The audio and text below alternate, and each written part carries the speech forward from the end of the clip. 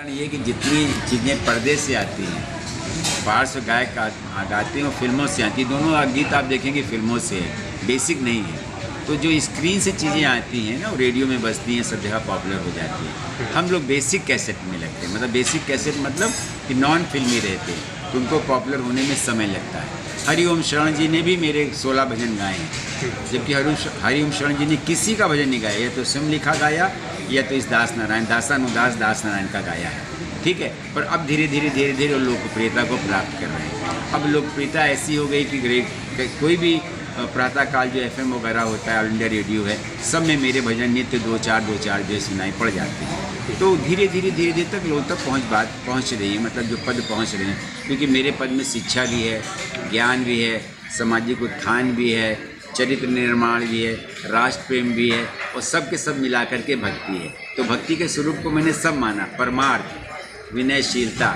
सत्यता, दान, ये जितने भी हमारे सनातन, जो आपने शब्द कहा, सनातन जो हमारे गुण हैं परंपरा से, उन सारे गुणों को मिलाकर के ही भक्ति बनती है।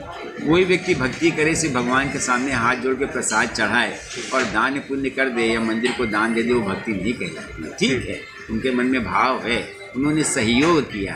भक्ति तो वही है जो हमारे मानवीय गुण है, उस मानवीय गुण को हम अपनी चेतना, अपने हृदय में समाहित करेंगे, सच्ची भक्ति वही है। भगवान उसी से प्रसन्न होते हैं जो मानवीय रूप से अपने आप को समाज में रखता है। राजनीतिक क्षेत्र में देखें तो लोकप्रियता के लिए अक्सर सनातन पर द्वंद्व छिड़ता है, क्या मानते हैं? अब ये द्वंद्व, अभी आपने राजनीति कहा है ना, सुनीति तो नहीं है ना, तो राजनीति, सुनीति और कुटिल नीति, कुनीति जो चाणक्य की है, तीनों में अंतर है ना। राजनीति का अर्थ है साम दाम दंड भेद, अपने लक्ष्य को प्राप्त करना, गलत या सही अपने लक्ष्य को प्राप्त करना, झूठ या सच अपने लक्ष्य को प्राप्त करना, अपनी गद्दी को प्राप्त करना। तो उनके अंदर वो मर्यादा होनी चाहिए, यही मेरा निवेदन है। अगर वो राजनीति में मर्यादा रखेंगे तो सुनीति बन जाएगा, तो सुनीति का पालन करें। सुनीति से राज्य चलता है, जो राजनीति कहलाता है। राजनीति की परिभाषा और स्वरूप बदल गया है। मेरी एक पुस्तक है जो मैंने लाल बहादुर शास्त्री की लिखी है, और राष्ट्रपति अब्दुल कलाम साहब ने उसको रिलीज़ किया, विमोचित किया राष्ट्रपति भवन में।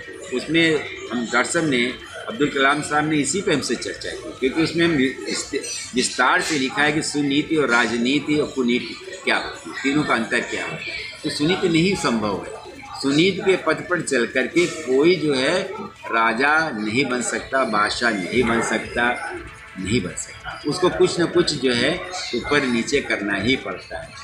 और कुटिल नीति नहीं कहेंगे तो राजनीति का में थोड़ा बहुत, परंतु जितना ज़्यादा हो गया है इतना पतन नहीं होना चाहिए। एक मर्यादा होती उसकी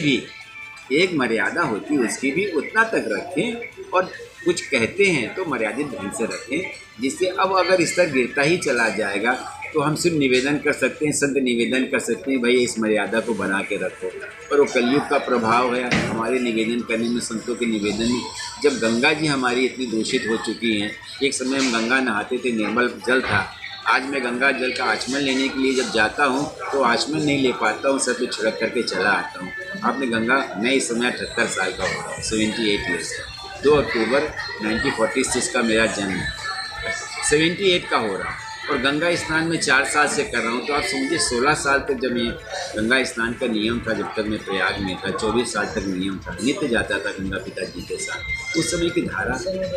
अब तो हरिद्वार की गंगा में जाकर के भी देखा, वहाँ पर भी जल दूषित हो गया है, क्योंकि इतना प्लास्टिक, इतना पोल्यूशन, वो सब इतने कारखाने, सबका दूषित, कितना गंगा सहेगी, गंगा कितना सहेगी। अब लोग इसी बात पे आपके बात से प्रश्न, गंगा तुम कितना सहोगी, यही मुखड़ा बन जाता है, गंगा तुम कितना सहोगी। हो सकता है मेरा यही गीत बन जाए, और हम फिर अंत में यही कहें कि आप लोग सब जो है, जनता जो है, देश की जो जितनी धर्मार्थी हैं, जो भक्त कहते हैं, वो गंगा के लिए ऐसा सोचें कि कम से कम अब हम जाते हैं गंगा जी में तो तुलसी और दूध चढ़ाते हैं। ये विज्ञान है। तुलसी और दूध के द्वारा जल जो है, और जो उसमें प्रदूषण होता है उसका शोषण होता है, शुद्धिकरण होता है। ठीक है, अभी जो आपने कहा गंगा तुम कितना सहोगी, क्या मान ले कि ये आपका भविष्य में मुखड़ा बनने जा रहा है? मैंने कह दिया ना, ये मुखड़ा बन गया। आपने बात करी, और अगर आप जो है रात तक सुनेंगे तो मैं आपको इसका पूरा की पूरा जो है आपको गीत भी दे दूँगा। गंगा तुम कितना सहोगी। शायद यही मेरा संदेश जो है लोकप्रिय हो, सब तक पहुँचे, उन लोगों के अंदर चेतना हो, गंगा को अब दूषित नहीं करना है। बहुत सह लिया मैंने, कहते हैं ना भाई तुम्हारी बातें बहुत सह ली, अब सहन के बाहर हो गई। क्योंकि मैंने बैठे बैठे एक गीत